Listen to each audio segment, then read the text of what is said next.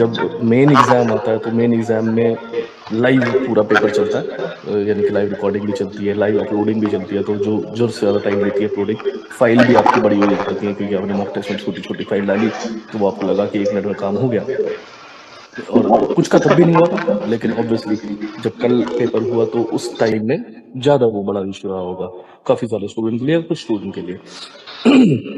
दो बातों से शुरू करते हैं। सबसे पहले जो हमारे पास सबसे बड़ा क्वेश्चन कल में मेल के थ्रू, टिकट्स के थ्रू या कॉल के थ्रू रहा, रिव्यू नॉट परमिटेड वाला या फीडबैक वाला।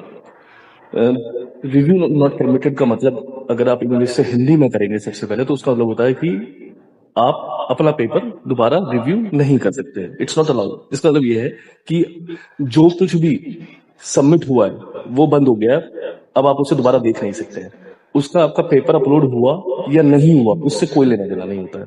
Review not permitted her case में लिखा हुआ आता है, चाहे आपकी कॉपी सबमिट हो या ना हो। क्योंकि या तो आप कॉपी सबमिट करने के बाद सबमिट का बटन दबा देते हैं, तो यानी कि आपका पेपर क्लोज हो गया और आप बाहर आ गए उससे। जब आप बाहर आ गए तो रिव्यू नॉट परमिटेड, यानी कि अब आपने फाइनली अपना पेपर बंद कर दिया है।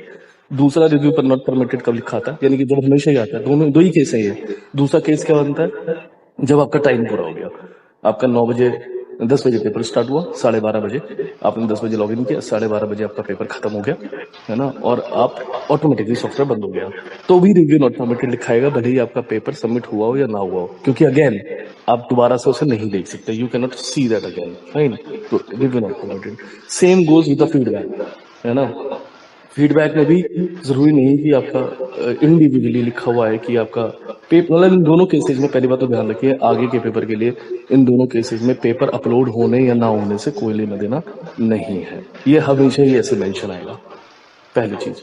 दूसरी चीज, हम पहले भी हमने कहा आपके पिछली मीटिंग्स में भी कि अगर आपका पेपर अपलोड नहीं होता है तो उसके 1 घंटे बाद, आधे घंटे के बाद पेपर के जनरली हम आपको एक मेल भेजते हैं कि बताने के लिए कि आपका पेपर अपलोड नहीं हुआ है। जिनको मिल जाती है उन्हीं को वो मेल का रिप्लाई करना होता है, और एक पर्टिकुलर आईडी, हम एक आईडी देते हैं। मान लीजिए हमने कुछ बच्चों को कल भेजी कि सपोर्ट वाली आईडी पर अपनी कॉपी भेज दो, तो वो जो ईमेल है वो हर बच्चे के लिए अलग अलग जाती है। तो अगर आपके पास मेल गई, सपोर्ट पे मेल कर दो, और आपने अपने किसी दोस्त को बता दिया कि मेरे पास तो मेल आई है सपोर्ट वाली ईमेल आईडी पर मेल करने के लिए, और आपके दोस्त के पास वो मेल नहीं आई है या फिर उसका पेपर अपलोड हो गया है, उसने सोचा मैं भी कर दूं और उसने जबरदस्ती सपोर्ट पर भेज दिया बिना मेल के, तो उसका पेपर कैंसिल हो जाता है, क्योंकि यू आर नॉट अलाउड। इस बात को समझिए। और जरूरी नहीं कि आपको सपोर्ट पे भेजनी थी। अगर 200 बच्चों की कल फाइल नहीं सबमिट हुई थी तो हमने 50 से सपोर्ट पे मंगाई है, 50 से किसी और ईमेल आईडी पे मंगाई है, 50 से किसी आवाज और नहीं पे आ मंगाई है। रही है मैम। मेरी आवाज नहीं आ रही है? आ रही है सर क्लियर। आ रही है सर। ठीक है, ठीक है। तो हम, अब कुछ स्टूडेंट ने क्या करा, आप ग्रुप पे जुड़े होते हैं, किसी ने किसी को बताया कि भाई मेरे पे मेल आई है और आपने भेजनी शुरू कर दी, वो गलत है, वो आपके रिजल्ट पर अफेक्ट डालेगा। इस बात को हमेशा ध्यान रखिएगा, पहली बात। दूसरा, अ, हमने आपको मेल नहीं करी, आपका पेपर आपको लगा अपलोड नहीं हुआ और आपने अपने आप फाइल भेजनी शुरू कर दी एक पर्टिकुलर ईमेल आईडी पे, आपका पेपर ऐसी कंडीशंस में भी कैंसिल हो जाएगा। मतलब जब तक हम आपसे नहीं कह रहे हैं तब तक आपको किसी भी हाल में अपनी फाइल्स किसी भी ईमेल आईडी पर नहीं भेजनी है। कुछ ने टीचर्स को भेज दी, टीचर हमें कह रहे हैं सर मुझे भी भेज दी पता नहीं बच्चों ने, अब मैं क्या करूं। मैंने कहा मैडम फेल करके लिख दो कि फेल है ये। आंसर शीट्स आपका कॉन्फिडेंशियल डॉक्यूमेंट होता है, ये किसी भी जर्नल प्लेटफॉर्म पर बिना किसी की भी परमिशन के नहीं जाता है। आंसर शीट कोई ऐसा डॉक्यूमेंट नहीं है कि आप कहीं भी पब्लिकली उसे दे दें या किसी भी ईमेल आईडी पे बिना कहे भेज दें। That is a confidential document of yours which cannot be shared by anyone to on any of the email ID। तो आगे के एग्जाम्स के लिए ध्यान रखिएगा, पहले तो हमारी ईमेल का वेट कीजिए, अपने आप डॉक्यूमेंट भेजने मत स्टार्ट कीजिए। उसके अलावा उसको चेक कीजिए ईमेल आईडी कौन सी आपको भेजी हुई है, उस पर भेजिए। और अगर आपके पास मेल नहीं आती है और आप 100% श्योर है कि आपकी फाइल अपलोड नहीं हुई है, तो आप पहले हमसे कांटेक्ट कीजिए मेल के थ्रू, हम आपको बताएंगे क्या करना है और उसके बाद आप उस प्रोसेस को फॉलो कीजिए। और एक सवाल पूछ सकते हैं इस पे? नहीं, अभी एक मिनट मुझे खत्म करने दीजिए, फिर सवाल लेता हूँ मैं आपका, ठीक है। तो सबमिट करने से 3 बातों का अब आपको मालूम है। आगे से आपको इमरजेंसी मेल नहीं करना, एग्जाम टाइम खत्म होने से पहले मेल नहीं करना, हमारी मेल आने का वेट करना है, रिव्यू नॉट परमिटेड, आपकी फाइल सबमिटेड से कोई लेना देना नहीं होता है। ठीक है, फाइल की कुछ हमारे पास ये मेल भी रही कि हमें कैसे पता लगेगा कि फाइल सबमिटेड है? आपको सिर्फ ऐसे ही पता लगेगा कि या तो हमारी मेल नहीं आएगी आपके पास, ठीक है, पहली बात तो क्योंकि हम रिपोर्ट निकालते हैं पेपर खत्म होने के बाद कि एक्सक्यूज मी, पेपर खत्म होने के बाद हम मेल निकालते हैं कि मतलब डाटा निकालते हैं कि किस किस की फाइल अपलोड हुई है, किसकी नहीं हुई है। जिनकी नहीं अपलोड होती है उनको ही हम मेल करते हैं सिर्फ कि आपकी अपलोड नहीं हुई है, पहली बात तो, यानी कि आपके पास मेल नहीं आई है जनरल कंडीशन में, तो आपको पता लगेगा। फिर दूसरी बात, आप अपने एंड पर कैसे थोड़ा सा श्योर हो सकते हैं, वो सिर्फ ऐसे हो सकते हैं कि आप जब भी सबमिट बटन दबाने से पहले अपनी फाइल को देख लें, ठीक है, कि आपकी फाइल पीडीएफ फाइल नजर आ रही है नहीं आ रही है, वो ध्यान रखिएगा। एक चीज, उसके अलावा बहुत सारे स्टूडेंट का हमारे पास मैसेज आया कि हमारा इंटरनेट, मैंने पहले भी कहा था अपनी परसों वाली मीटिंग में जो कल करी थी या परसों, कि भाई आपका इंटरनेट नहीं चल रहा है और हम नहीं कर सकते इसमें कुछ भी। मतलब हम कैसे आपका इंटरनेट चलाएंगे आके, है ना? आप हमें कहते हैं सर मेरा इंटरनेट नहीं चल रहा, मैं कॉपी कैसे अपलोड करूँ? मैं सच में कैसे कर सकता? आपके घर में आपका इंटरनेट लगा हुआ है, आपके फोन से चल रहा है, वाईफाई से चल रहा है, आप कुछ नहीं कर पा रहे, तो मैं आपसे अगर 1000 किलोमीटर दूर बैठा हूँ तो मैं क्या कर लूंगा उसको? सही बात है। आपसे पूछा नहीं, बीच में चुप सही है, सुनो, सही। नहीं तो यहाँ से निकल जाओ। सलाह नहीं मांगी है, सुनने के लिए हो सुनो, सर जब बोलने के लिए कहा जाए तब बोलना। सही है तो सबको पता है, ठीक है? Can you speak English? Yes, I'll also speak in English. Let me finish in Hindi first. Fine. I'll also speak in English. Fine.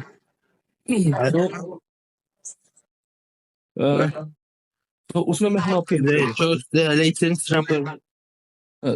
उसके अलावा कुछ स्टूडेंट का हमारे पास मेल आया कि जैसे जल्दबाजी में उन्होंने अपना एनरोलमेंट नंबर सही नहीं लिखा, किसी ने कोई लिखना ही भूल गया, कोई नाम लिखना भूल गया अपने आंसर शीट पे, तो उसमें भी हम कुछ नहीं कर सकते हैं। पहली बात, हम आपकी कॉपी रिप्लेस नहीं कर सकते क्योंकि वो आपका ओरिजिनल डॉक्यूमेंट है। हम आपके आंसर शीट को नहीं छोड़ते हैं बिल्कुल भी, जैसी आई वैसी डाउनलोड करी और टीचर के पास चेक करने के लिए दे दी। तो इतनी जल्दबाजी में मत कीजिए कि आपको अपने जो इनिशियल है, जो सबसे पहले एक्चुअली में लिखना है, आपको एग्जाम शुरू होने से पहले अपनी कॉपी पे नाम वगैरह ठीक से लिख कर रख लीजिए ना। टाइम शुरू होने के बाद आप नाम क्यों लिखते हैं? आपको मान लीजिए एग्जाम 10 बजे शुरू हो रहा है, तो आप 9:45 के आसपास 9:45 के आसपास अपनी कॉपी तैयार कीजिए, उस पर अपना आंसर शीट वगैरह पर पहले पेज पर जो जो इंस्ट्रक्शन नाम वगैरह लिखना है उसे लिख कर छोड़ दीजिए, तो बाद में इस सही गलतियां नहीं होंगी। ऐसी चीजों के केस में हम आपकी हेल्प नहीं कर पाएंगे क्योंकि कॉपी आपकी है, हम उसमें कोई भी चेंज किसी भी हाल में नहीं कर सकते हैं।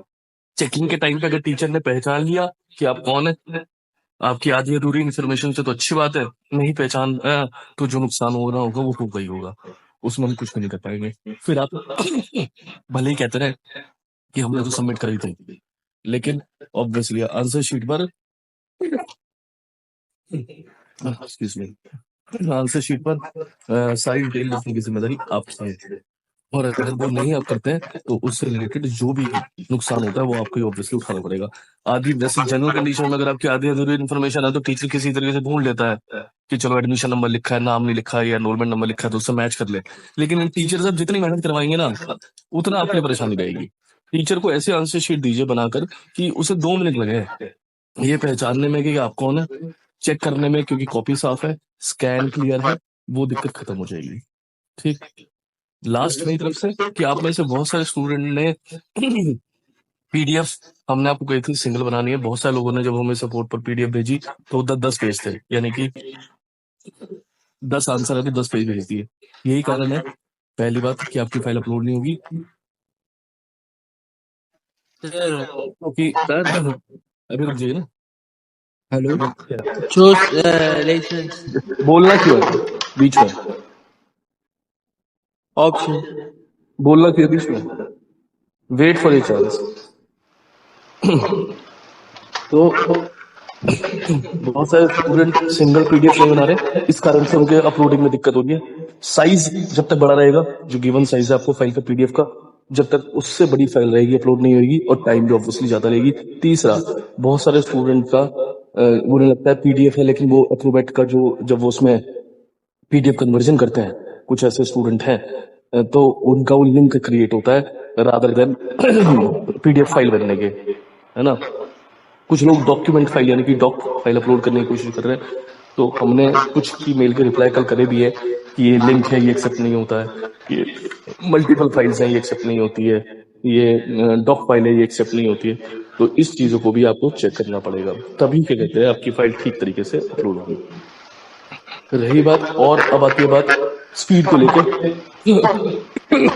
मैंने आपको पहले भी कहा था कि 15 से 20 मिनट मिनिमम, किसी किसी केस में ज्यादा भी हो सकता है, किसी केस में हो सकता है ना भी हो पाए। इसीलिए हम ये सोल्यूशन भी देते हैं आपको कि अगर आपकी फाइल अपलोड नहीं हो रही है तो क्या करना है, ये उसी का सोल्यूशन है आपकी हेल्प करने के लिए। सर लैपटॉप से एग्जाम लेने पर जब हम फील्ड बीच में में बोल रहे हो किसके साथ हो, मैं तो बताओ। बीच में कौन बोल रहा है? कौन बोल रहा है? बाहर करो इसे बीच में। वसीम, मैं तुम्हें बाहर कर रहा हूँ यहाँ से मीटिंग से, ठीक है। वसीम तुम्हें मीटिंग से बाहर कर रहे हैं, thank you so much. Sir, गया chose license. wait for a moment please, let me finish, then I'll take your queries also. Fine, wait for a moment. तो फाइल अपलोड होने के अंदर फाइल अपलोड होने में टाइम लगता है, जो मॉक टेस्ट है उससे भी ज्यादा टाइम लगेगा। पहली बात तो मॉक टेस्ट में आप सब लाइव नहीं थे, एक साथ नहीं थे, किसी ने किसी टाइम कर दिया, किसी ने किसी टाइम कर दिया। अब यहाँ पर आप 3-4 हजार स्टूडेंट जो है बीकॉम एमकॉम के मिला के आप इकट्ठे होंगे, तो ऑब्वियसली उसी हिसाब से टाइम देता है सिस्टम भी और आपका सिस्टम भी। दूसरा, आपकी फाइल यहाँ पर अपलोड हो जाएगी, है ना, ओएफडी हो जाएगी, रियल टाइम में आपका कैमरा भी चल रहा होगा, रिकॉर्डिंग भी होगी, वो भी ज्यादा टाइम लेता है। तो फाइल यहाँ ज्यादा टाइम लेगी मॉक टेस्ट के मुकाबले। तो इसीलिए आपको स्टार्टिंग में कहा था कि 10-15 मिनट का टाइम मिनिमम रखिएगा।